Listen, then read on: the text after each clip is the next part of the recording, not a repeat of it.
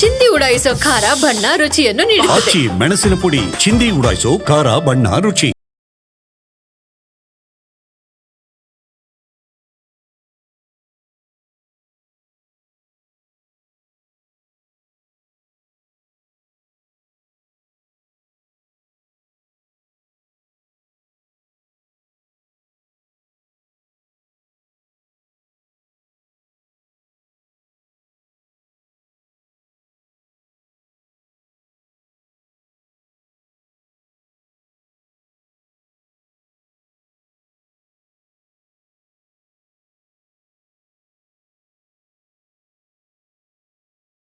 ಸಾಗಿ ಮಂದಿರಕ್ಕೂ ಕೂಡ ನೀರು ನುಗ್ಗಿಬಿಟ್ಟಿದೆ.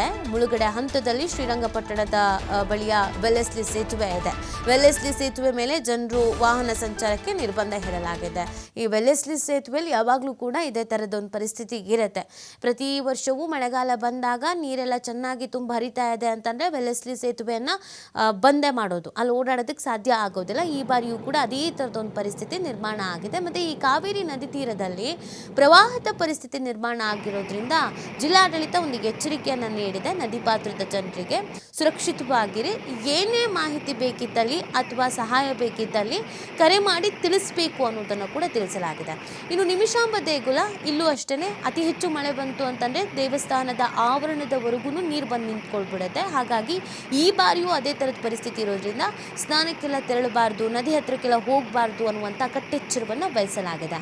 ಇನ್ನು ಪ್ರಸಿದ್ಧ ರಂಗನತಿಟ್ಟು ಪಕ್ಷಿಧಾಮ, ಇಲ್ಲಿ ಯಾವಾಗ್ಲೂ ದೋಣಿ ವಿಹಾರ ಎಲ್ಲ ಇರ್ತಿತ್ತು. ಆದರೆ ನೀರಿನ ರಭಸ ಹೆಚ್ಚಾಗಿರೋದ್ರಿಂದ, ನೀರಿನ ಹರಿವು ಹೆಚ್ಚಾಗಿರೋದ್ರಿಂದ ಈ ಬಾರಿ ಅದು ಕೂಡ ಇಲ್ಲ, ಅದನ್ನು ಕೂಡ ಕ್ಯಾನ್ಸಲ್ ಮಾಡಲಾಗಿದೆ.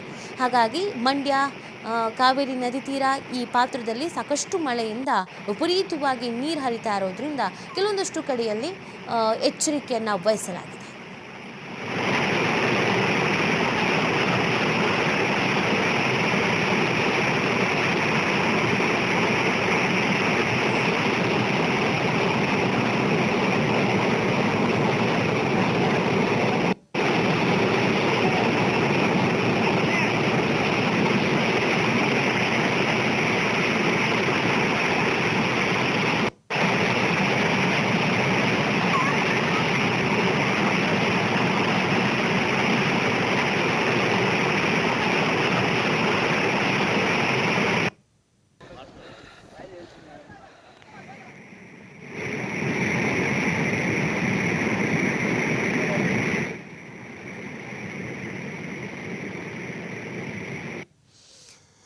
ನೋಡಿ, ವಿಪರೀತವಾಗಿ ಮಳೆ ಆಗ್ತಿರುವಂಥ ಹಿನ್ನೆಲೆಯಲ್ಲಿ ಎಲ್ಲೆಲ್ಲಿ ಏನೇನು ಪರಿಸ್ಥಿತಿ ಅನ್ನೋದನ್ನು ನಾವು ನೋಡ್ತಾ ಇದ್ವಿ. ನೋಡಿ, ಮಂಡ್ಯ ಒಂದು ಭಾಗದಲ್ಲೇ ಎಷ್ಟು ಮಟ್ಟಿಗೆ ಸಮಸ್ಯೆ ಆಗ್ತಾ ಇದೆ, ಅವಾಂತರಗಳು ಸೃಷ್ಟಿ ಆಗ್ತಾ ಇದೆ ಅಂತ.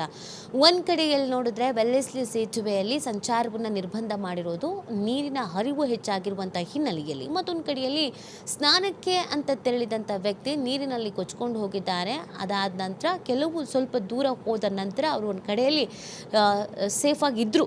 ಬಟ್ ಎಷ್ಟೊತ್ತಂತ ನೀರಿನಲ್ಲಿ ಇರೋಕ್ಕಾಗತ್ತೆ, ಆ ನಡುಗುಡ್ಡೆಯಲ್ಲಿ ಎಷ್ಟೊತ್ತಂತ ನಿಂತ್ಕೊಳ್ಳೋಕ್ಕಾಗತ್ತೆ. ಇಮಿಡಿಯೇಟಾಗಿ ಅಲ್ಲಿನ ಸ್ಥಳೀಯರು ಅದನ್ನು ನೋಡಿದ್ದಾರೆ, ಯಾರೋ ವ್ಯಕ್ತಿ ಹಿಂಗೆ ಸಿಕ್ಕಾಕೊಂಡಿದ್ದಾರೆ ಅಂತ ಇಮಿಡಿಯೇಟಾಗಿ ಫೋನ್ ಮಾಡಿದ್ದಾರೆ ಅಗ್ನಿಶಾಮಕ ಸಿಬ್ಬಂದಿಗೆ. ಅವರು ಬಂದು ಅವರನ್ನು ಸೇಫ್ ಮಾಡಿ ಕರ್ಕೊಂಡು ದಡಕ್ಕೆ ವಾಪಸ್ ಬಂದಿದ್ದಾರೆ.